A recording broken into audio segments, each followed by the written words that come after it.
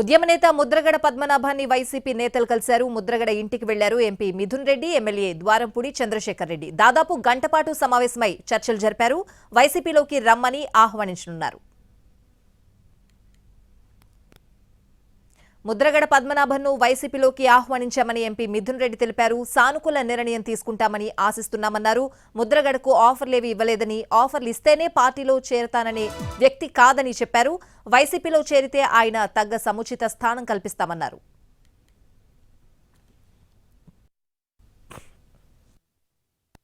ముద్రగడ పద్మనాభం గారిని ఈరోజు వచ్చి కలిసి వైఎస్ఆర్సీపీ పార్టీలో చేరేందుకు ఆహ్వానించడం జరిగింది.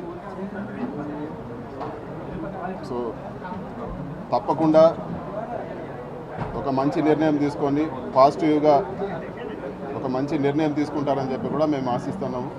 ఇటువంటి ఆఫర్లకో లేకపోతే ఇంకోటో పద్మనాభం గారు పార్టీలో చేరతారనేది తప్పు.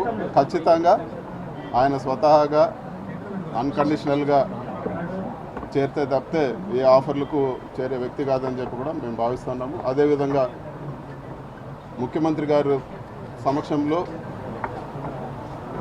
ఒక మంచి నిర్ణయం తీసుకొని పార్టీలో చేరతారని చెప్పి కూడా ఆశిస్తున్నాము. జగన్మోహన్ రెడ్డి గారికి పెద్దల్ని ఎలా గౌరవించాలో ఖచ్చితంగా తెలుసు. ఖచ్చితంగా సముచిత స్థానం కల్పిస్తారు. సార్ ఒక మంచి నిర్ణయం తీసుకుంటే డెఫినెట్గా రాబో రోజుల్లో సముచిత స్థానం కల్పిస్తారని చెప్పి నేను ఖచ్చితంగా భావిస్తున్నాను. సో ఒక మంచి జరుగుతుందని చెప్పి కూడా భావిస్తున్నాను.